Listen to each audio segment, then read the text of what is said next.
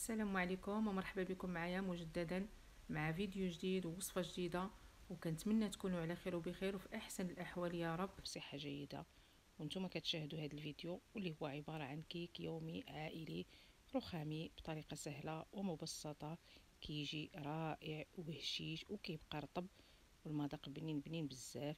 كنتمنى ينال الاعجاب ديالكم وجربوه، وما تنسونيش من اللايك والتعليق وتشتركوا في القناة فضلا وليس امر بالضغط على زر الاشتراك وتفعلوا الجرس. بقاو معايا باش تعرفوا على المكونات وطريقة التحضير.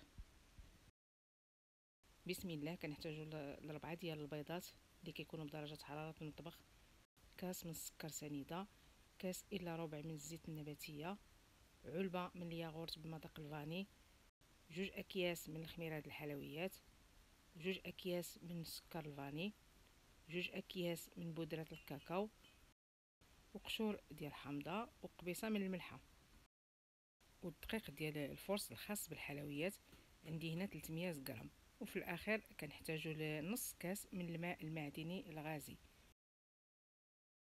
في اناء كنوضع البيض اللي كيكون بدرجه حراره المطبخ، وضروري يكون بدرجه حراره المطبخ باش يسهل علينا نطلعوه بسهوله. واذا كان البيض في الثلاجه وبغيتوا ديروا الكيك وما عندكمش الوقت باش تخليوا البيض ياخذ درجه حراره المطبخ، كتاخذوا البيض وديروه في شي زلافه فيها الماء سخون وتخليه واحد 5 ديال الدقائق وصافي كيرجع بدرجه حراره المطبخ. وكنزيد على البيض قبيصه ديال الملحه، كاس من السكر سنيده ما يعادل 150 غرام، 2 اكياس من الفاني من فئه 7 غرام، يعني في المجموع 15 غرام. ونخدم الكل بالضراب الكهربائي حتى كيتخلط البيض مزيان مع السكر وكيتضاعف الحجم ديال الخليط ويرجع اللون ديالو بيض. تقدروا تخدموا هذا الخليط في الكاس ديال الخلاط، ولا تقدروا تخدموه غير بالضراب اليدوي، غير هو غادي يشد لكم شويه ديال الوقت. صافي هنا بعد ما خدمت البيض والسكر مزيان كما كتشوفوا وتضاعف الحجم ديال الخليط ورجع اللون ديالو بيض، غادي نضيف كاس الا ربع من الزيت النباتيه ما يعادل 100 غرام او 100 مليلتر. وما غاديش نضيفوه في مره واحده، غادي نضيفوه شويه بشويه، وانا كنخدم فيه بالضراب الكهربائي حتى تدخل هذه الكميه زيت كامله في الخليط.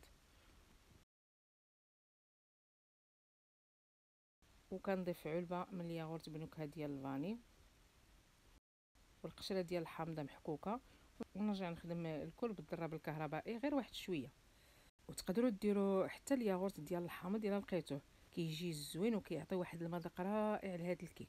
وفي الحقيقه بالنسبه لي لا الياغورت ديال الفاني ولا ديال الحامض راه كيجيو زوينين في هذا الكيك، وديك المذاق ديال الفاني والحامض والكاكاو كيعطيوها بنه غزاله. هنا بعد ما خدمت المكونات مزيان كنزول الضراب الكهربائي وغادي نكمل غير بالضراب اليدوي. كنضيف الدقيق اللي سبق لي وغربلته من قبل، وضروري نغربلوه لحقاش كيخلي الكيك مهوي وخفيف. غادي نقسم هذه الكميه على 3، ما كنضيفش الدقيق في مره واحده. كنضيف الكميه الاولى وكنحاول ندخلها مزيان في الخليط ديال البيض والزيت والياغورت والسكر. وكي كتلاحظوا كنخدم غير بالمهل باش ما ينزلش ليا الخليط. ونضيف الكميه الثانيه ديال الدقيق، وكنزيد 2 اكياس من الخميرات الحلويات، ومن طبيعه الحال كنغربلهم حتى هما، ونرجع نخلط الكل بنفس الطريقه.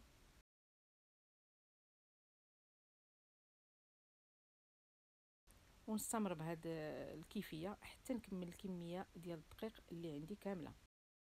صافي بعد ما كملت الكميه ديال الدقيق كامله، انا استعملت في هذه الكيكه 300 غرام، ما زدت ما نقصت. 300 غرام اللي وجدت هي اللي درت، ما زدت عليها ما نقصت. في الاخير كنضيف نص كاس من الماء المعدني الغازي. بالنسبه لهذا الماء المعدني الغازي كيخلي الكيك كيجي مهوي وخفيف وهشيش. وتقدروا تعوضوه بجوج معالق كبار ديال الخل. صافي غادي نزيد نخلط حتى يندمجوا لي المكونات كاملين. هذا هو القوام اللي حصلت عليه، خاصو يكون قوام ما خفيف ما ثقيل. كنخليه على جنب وكنجيب المول كندهنو بالزبده وكنرشو بالدقيق.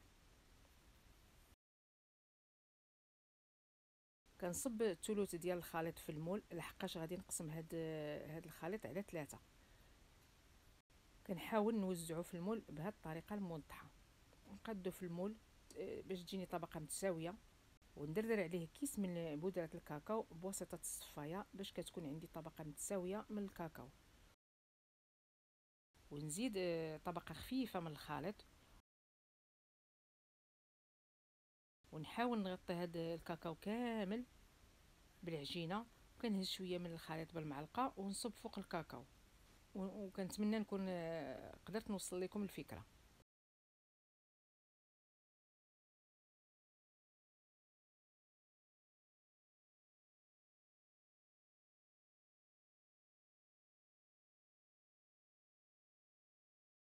ونضيف الكيس الثاني ديال الكاكاو وندردرو بنفس الطريقه، ونزيد الطبقه الثالثه والاخيره من الخليط فوق الكاكاو، ونحاول نقادها بالمعلقه. واخا هو الكاكاو راه غادي يتغطى، منين غادي ندخل الكيكه للفران وتطلع كلشي غادي يتغطى. وندخل المول للفران اللي كيكون بارد، يعني كندخلوه للفران وعاد نشعلوه. انا غادي نطيبو غير في الفران ديال الغاز على نار متوسطه حتى المهيله. بعد ما دخلته للفران خليته 40 دقيقه وفتحت عليه لقيته طاب، شعلت عليه من الفوق خليته حتى تحمر وخرجته. وهذا هو الشكل ديال الكيكه بعد ما خرجتها من الفران. ومباشره كنقلبها وهي مازال سخونه كما كتلاحظوا باش ما تعرقش وتفزق وتعجن. وبالنسبه للتزيين كيبقى اختياري وعلى حساب الرغبه وعلى حساب المتوفر عندكم. كندهنها بالناباج كامله ونرش عليها الكاوكاو محمر ومهرمش.